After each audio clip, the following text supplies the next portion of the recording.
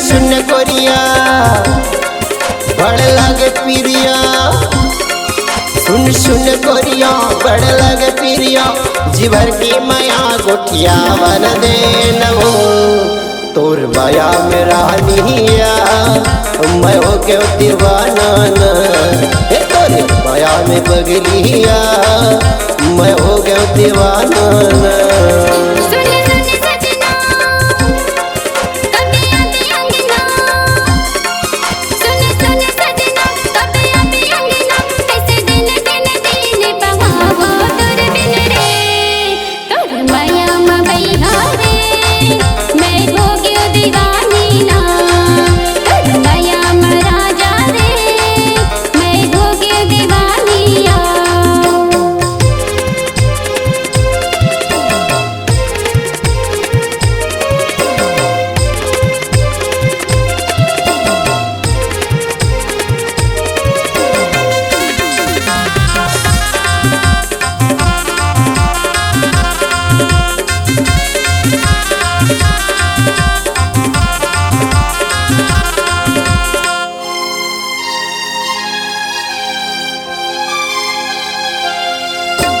मीठ मीठ बोले लागू कोयले कस बोले, तोर तिरछे कने की मारे हिरते लगोली, तोर तिरछे कने की मारे हिरते लगोली।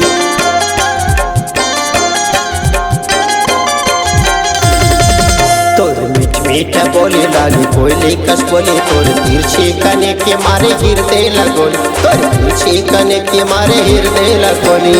सुन सजनी मन बेचैनी, सुन सजनी मन बेचैनी, जी भर के माया गोठिया बन दे नो तोर माया में रानिया, मैं हो गया दीवाना तोर माया में बगलिया, मैं हो गया दीवाना।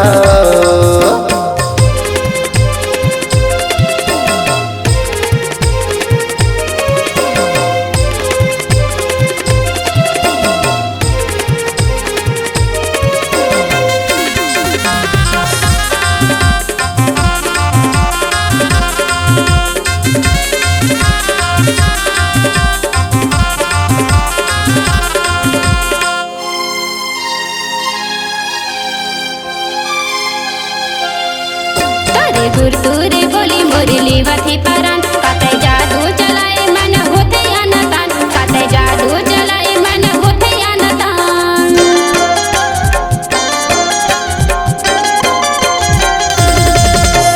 गुरतुरे बोली मुरली वथी परान, काते जादू चलाए मन होते अनदान, काते जादू चलाए मन होते अनदान। बोली कंगना जग घने दर्शना,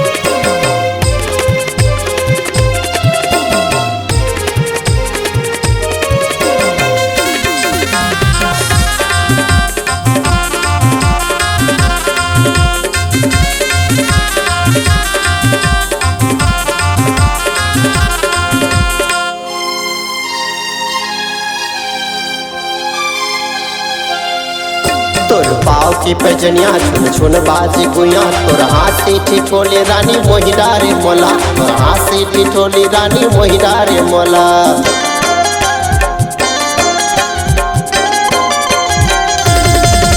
तोर पाव की पैजनिया छुन छुन बाजी गुया, तोर हाथी ठिठोली रानी मोहिदारे मोला, तोर हाथी ठिठोली रानी मोहिदारे मोला। मन होंगे मतवा मैं रस पिकिया, मन होगे मतवा मैं रस पिकिया, जी भर के माया रस पियन दे नो तोर माया में रानिया, मैं हो गया दीवाना।